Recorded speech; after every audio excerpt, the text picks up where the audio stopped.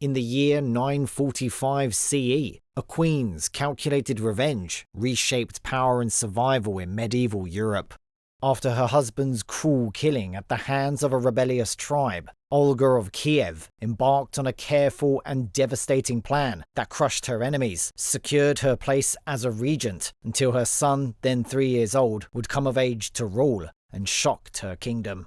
For more than 15 years, Olga changed from a fierce avenger into a thoughtful leader, transforming Kievan Rus and becoming its first Christian ruler.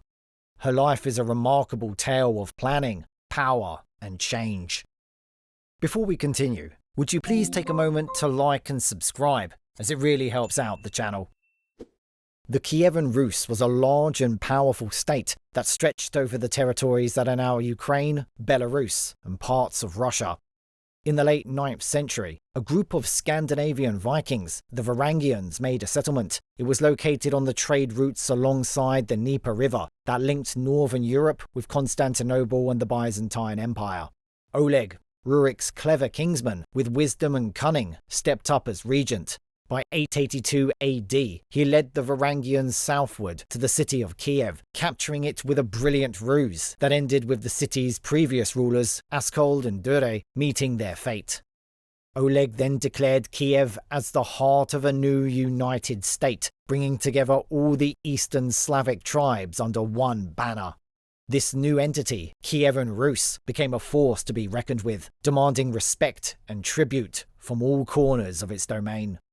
The Drevlians, one of these tribes, initially resisted paying tribute to Oleg, but their defiance was short-lived. Oleg's military prowess subdued them, showing that resistance would lead to defeat and submission. After Oleg's death in 912 CE, Igor, Rurik's son, was no longer a boy and became king. He had inherited a prosperous state, but had serious issues to deal with. Igor engaged in wars with powerful neighbours, including 2 failed attempts to capture Constantinople. His main concern at an advanced age was regaining control over the rebellious groups that owed payments, such as the Drevlians. Igor sent a message to the Drevlians in 945 CE, demanding more tribute, and they paid, albeit only with great reluctance. But he, not satisfied with his payment, came back again with less force to demand more. That decision would cost him his life.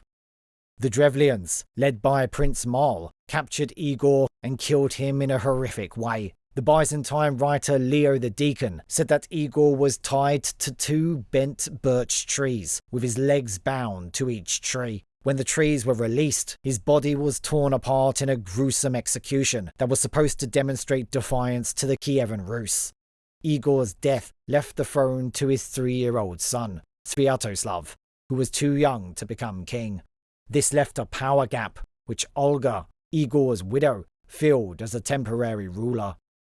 The Drevlians, emboldened by their victory, felt strong and wanted to secure their power to avoid revenge from Kiev. Therefore, they sent Olga 20 of their best representatives, suggesting that she marry Prince Mal. In their view, this marriage would make their rebellion look official and would help take control over Kievan Rus. However, Olga did not want to give in to the tribe that had murdered her husband. Instead, she came up with a plan, simple yet cunning, strengthened by firm resolutions. Olga welcomed the Drevlian group warmly, pretending to agree with their plan. She asked them to come back to Kiev in their boats the next day and promised a big welcome. When the messengers came the following day, Olga ordered her people to lift the Drevlian boats onto their shoulders, something that appeared to be a way of honouring their arrival. When the retinue arrived at her court, the boats were tilted into a deep trench that Olga had ordered to be dug overnight. The ambassadors who were still aboard were buried alive. Standing over their graves, Olga mockingly inquired whether they enjoyed the honour. This act of revenge was just the start. Olga sends a message to Prince Mal. She invites him to send his best men to come and take her to their capital, Scorned, for the wedding. Unaware of what happened to the first group, Mal agreed and sent 50 of his top officials. When they arrived, Olga welcomed them nicely and offered them a bath to help them relax after their trip. The unsuspecting men entered a bathhouse, where they were immediately locked in. Olga ordered that the building be set on fire and all 50 emissaries burned to death. Even though 2 groups were destroyed, Olga's fight against the Drevlians was not finished. She continued to pretend she was thinking about the marriage proposal and asked for a funeral feast to remember Igor in East Koristen. She insisted the Drevlians make a vast amount of mead. Wanting to please her, the Drevlians agreed, not knowing what she really had planned. Olga went into East Koristen with a few followers and joined the feast. While the Drevlians were drinking a lot, Olga signalled her troops, and her alert soldiers stood up and killed more than 5,000 drunken Drevlians, leaving the tribe leaderless and in chaos.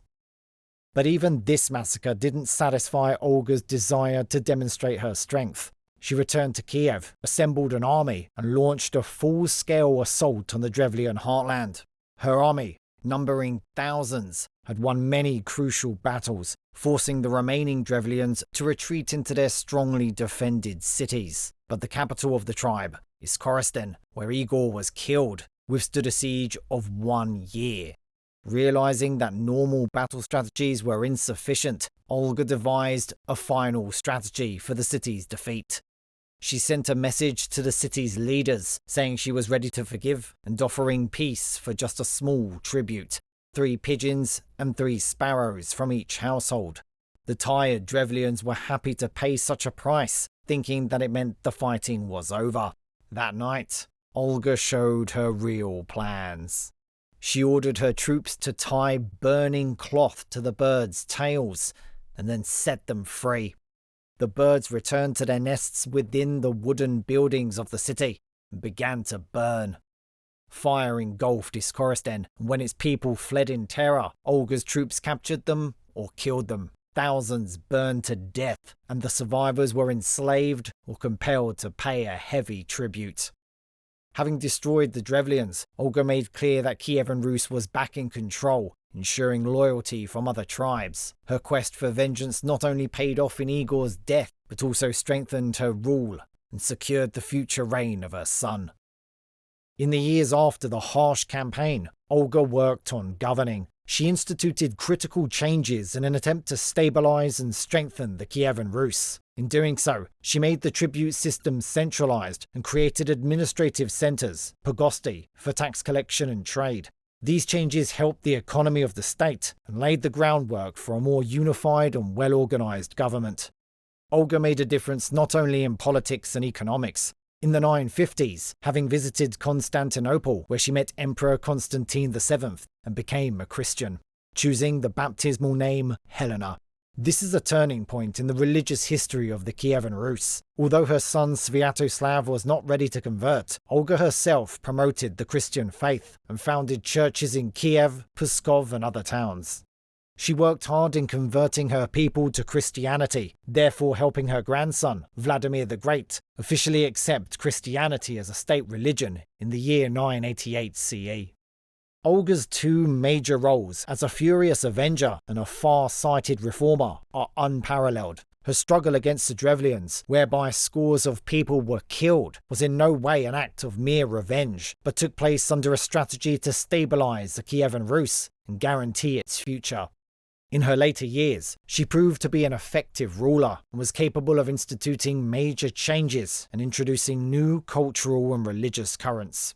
Hollywood is always looking for powerful female characters to inspire people, but not many stories are as real and powerful as that of Olga. Her life has the excitement of revenge, the cleverness of political planning, and a deep change of belief. Would you like to hear more about Olga's later life or her son Sviatoslav's battles? Let us know in the comments below. And remember to like, share, and subscribe for more amazing stories from history.